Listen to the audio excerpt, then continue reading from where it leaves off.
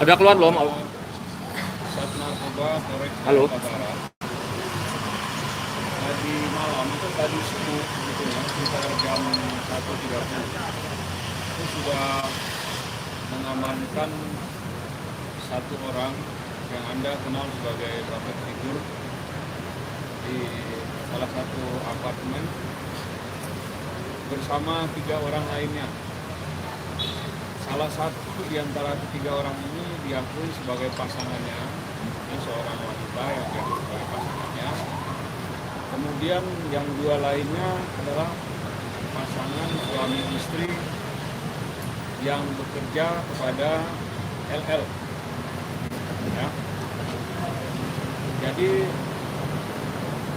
bersama dengan yang bersangkutan, petugas kami sudah mengamankan ada beberapa jenis obat, diantaranya yaitu 3 butir ekstasi yang itu ditemukan di dalam tong sampah, mungkin dibuang oleh salah satu di antara mereka. Kemudian ada lagi 5 butir pil Triclonal ya, dan 2 butir Tramadol, 7 butir Tramadol ya. Jadi untuk sementara kami sudah melakukan pemeriksaan sementara yang bersangkutan, yaitu pemeriksaan urin, dan menyatakan positif menggunakan psikotropika. Saya kira mungkin demikian ya. Nah,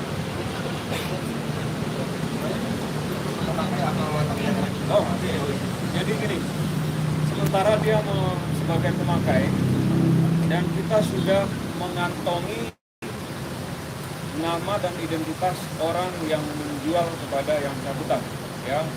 Kita mohon dukungan dari rekan-rekan, doa dari masyarakat semua supaya dalam waktu dekat si pelaku yang menjual obat-obatan ini kepada LL bisa segera kami amankan. Sementara itu dulu ya. Pak, LL sendiri dikasih memakai narkoba untuk apa, Pak? LL sendiri dikasih memakai narkoba untuk apa, Pak? Nanti gini, ini baru pemeriksaan awal. Rasanya terlalu dini kalau Anda nanti terlalu banyak bertanya-tanya, karena baru saja kita lakukan pemeriksaan ya, dan juga pengembangan kepada yang menjual. Jadi nanti besok mudah-mudahan akan kita update besok pagi ya, nanti oleh Pak Kabid Humas. Sekitar jam berapa indikasinya, Pak? Sekitar jam berapa? Akan cepat jam 9. Siap, Pak. Siap, Pak. Ya, kita masih nunggu proses penyidikan yang berlangsung. Kita masih hormati semuanya lagi diperiksa, lagi dijalani, kita serahkan semua ke pihak polisi. Kita nggak ngasih statement apa-apa. Oke, itu saya juga masih mau cross check atas soal. Sementara ini 4 orang, ya, Wicita Luna, Abbas dan saudaranya. Komunikasi saya dengan Wicita Luna gimana, Pak? Ini saya mau ngecek atas. Oh, sini, Bang. Makanya saya belum bisa kasih statement apa-apa. Nanti kalau udah beres baru saya kasih tahu. Kooperatif, selama ini masih kooperatif, makanya saya mau coba koordinasi ke atas. Belum tahu, saya harus coba koordinasi dulu ya. Oke. Diamankan kapan, Pak? Tadi malam 1:30. Di mana? Di apartemen. Pak, itu apartemennya milik Kawasan pribadi, mana, Pak? Pak? Milik pribadi. Di kawasan mana, Pak? Di Tamrin Residence. Oh, Tamrin Residence. Malah negara. Udah masuk dulu. Pas kejadian Mas Arya itu ada di lokasi, ada di tempat kejadian perkara dan sedang kerja. Mungkin sedikit komentarnya dari Mas Arya atau Mbak Karen? Dari saya. Oke. Arya itu kalau sudah bekerja dia suka pakai earphone, ya pakai earphone, dia tidak tahu apa yang terjadi di sekitar. Sekarang begini, itu malam. Kalau mau kerja dengan headphones, anak ini masih kecil. Kalau betul itu memang dicek di jam 10 itu hujan atau benar atau tidak, saya tidak tahu itu benar hujan atau tidak. Saya nggak tahu di daerah sana. Make sure dulu anak tidur dulu dong. Itu udah malam banget. Anak jam 8, setengah 9. Kalau di asuhan saya jam 8 malam anak saya udah tidur. udah mah anak bisa main ke balkon, bapaknya gimana? Anak saya tidak ada sekarang. Kalau kerja udah nggak inget apa-apa, ya udah maksudnya kalau kerjain apa-apa, mau nonton YouTube atau mau nonton nggak tahu mau kerjain apa di komputer, make sure dulu anak tidur. Saya juga kerja malam kok, saya kerja musik apa segala macam di komputer saya malam, tapi saya make sure anak saya tidur dulu supaya saya nggak ada gangguan, nggak ada apa, saya bisa kerja benar, ya. Ini bagaimana bisa begitu? Itu lalai sekali, sangat tidak akan terjadi kalau itu terhadap saya. Saya tidak pernah meninggalkan anak saya sendiri.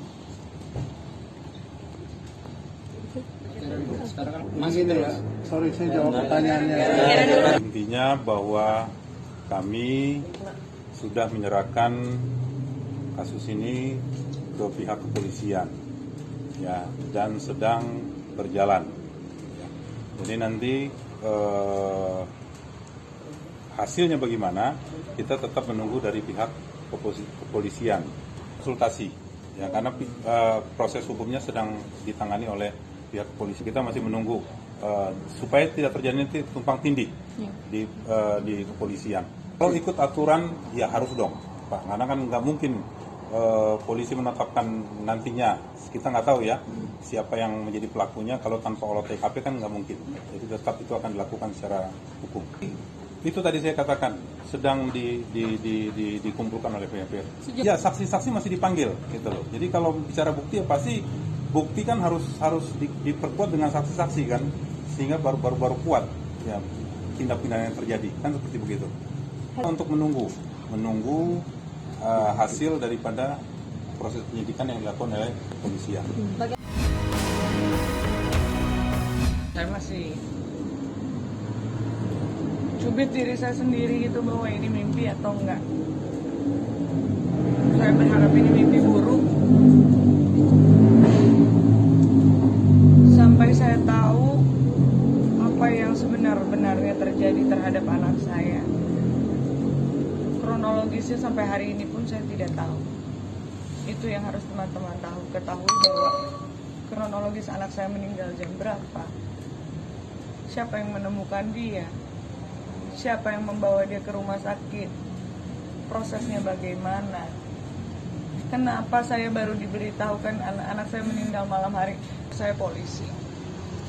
Kalau mereka punya hati, ya, dari keluarga bapaknya Zefania ini punya hati. Saya ini hidup, saya ini ibunya, ya. Saya berhak untuk tahu apapun keadaan anak saya.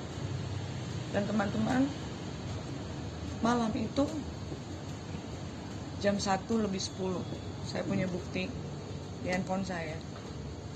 Saya udah 3 hari nggak bisa tidur. Saya punya bukti di handphone saya. Saya WhatsApp Arya. Saya bilang, Arya please, kalau kamu masih punya hati nggak sih? Sudah 3 bulan saya tidak berbicara dengan anak saya. Tolong besok telepon saya. Saya mau bicara dengan Zevi, saya mau nelfon dia, pengen lihat mukanya, saya rindu loh. Tolong dong, kamu punya hati dong, ya, untuk biarkan saya bicara dengan anak saya. Sampai pagi saya tidak bisa tidur, tidak bisa tidur. Karena itu ada hujan besar ya, anak saya takut petir. Saya setiap kali ada petir, ada cahaya dari hujan itu, ada lightning, saya terasa tertusuk, perasaan saya sangat tidak enak. Akhirnya jam 11 pagi saya baru tahu bahwa anak saya ada di rumah sakit Fatmawati dan lain-lain. Setelah saya sudah tidak bertemu anak saya langsung harus memeluk anak saya. Anak saya dikembalikan ke pangkuan saya dengan keadaan tidak bernyawa. Teman-teman ketahui, tidak ada dari keluarga mereka yang satupun yang berani bicara kepada saya. Tidak ada yang hadir di pemakaman anak saya. Ya. Ada apa kenapa? Jam 10 malam, kurang dari jam 10 malam anak saya sudah tidak ada. Kenapa baru mengabarkan saya jam 11 dan itu pun polisi yang mengabarkan? Ada apa di balik ini semua, kenapa? Saya harus tahu, saya berhak tahu, saya ibu. Saya yang melahirkan, saya yang merawat anak saya yang bantuin tulang kerja keras untuk anak ini. Sekarang saya hidup untuk apa? Jadi ya kan justru kita bertanya tadi sudah dikatakan sama klien saya bahwa kok pada saat kejadian kenapa bukan mereka yang menyampaikan, kok malah polisi gitu. Ini kan berarti kan menghina keluarga klien-klien saya gitu. Ya cuman karena ya sudahlah, kita tidak mau ambil tindakan yang lain-lain, biarlah proses hukum yang berjalan, jadi kita kembalikan saja biar kepolisian yang mengambil tindakan gitu loh. Hormati proses hukum. Biar aparat kepolisian ya yang melakukan penyelidikan sampai proses penyidikan sampai akhirnya nanti polisilah yang akan menetapkan siapa yang bersalah atau tidak. Seperti itu. Besok mungkin persiapan buat ngedoa tahlilan ada di beberapa tempat, ada di Panyawangan, ada di Skelimus, ada di Neptunus, ada di Banjaran, juga yang di Cirebon juga memang pada ngedoain semua. Jadi kalau yang saya sendiri di Jalan Neptunus itu persiapannya ya itu udah nyediain buat buku Yasin, terus alat-alat yang dari sarung gitu, sama mau kena ya beli-beli buat dikasih-kasih biar nanti jadi amal jariah buat almarhumah. Kemarin sih ya Iki juga mau datang, Teh Putri juga berharap semuanya lah bisa datang sama Kakak Rizban sama Dede Ferdi juga. Yang jelas sih kayak perasaan nggak percaya ada, terus kangen pastilah. Udah saya hitung juga ini 6 kali Jumatan biasanya ada servis dari almarhumah. Biasanya sekarang emang dibilangnya ya kehilangan banget lah. Kak Iki mungkin ya mudah-mudahan datang juga. Itu sih nggak mutusin ya, cuman saya juga kan ngurusi Dede, jadi ya fokus dulu kemarin ke si Dede, terus ya emang kemarin juga istirahat dulu kan, udah hasil otopsi udah beres. Saya disarankan dari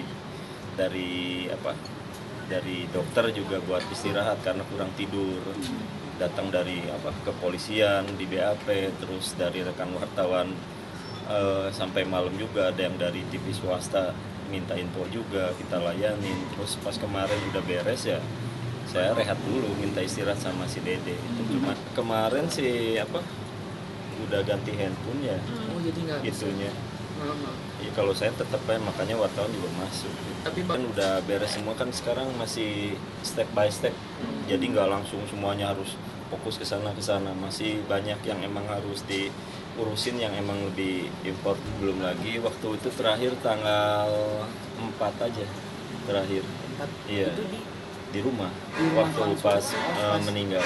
Pas meninggal Iya, udah itu kan Kang Sule juga mungkin sibuk ya karena ada mau ngadain pernikahan. Ya. Kalau saya sama Kang Sule mungkin komunikasi karena handphonenya juga nggak tahu juga. Ketemuan waktu tanggal 5 itu saya SMS, tanggal 8 juga SMS juga, cuman pas ininya mungkin Aiki lebih sibuk gitu aja. Jadi saya nunggu available-nya Aiki gitu, nunggu schedule Aiki, emang nggak sibuk aja. Kebetulan yang Putri yang Teh Putri masih paling kemarin kayak 2 hari yang lalu itu datang cuma ngasihin ke si Dede bayi dot anti tersedak sama baju itu, udah itu aja.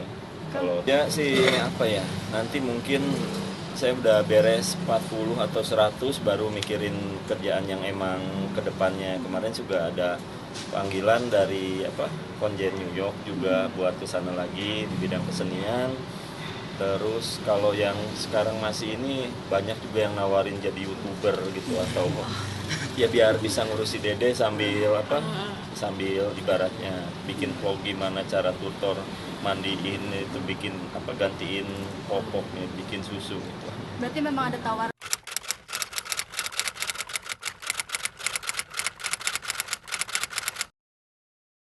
Jadi jangan lupa untuk subscribe Cumi Cumi. Ditekan ya tombol lonceng merahnya.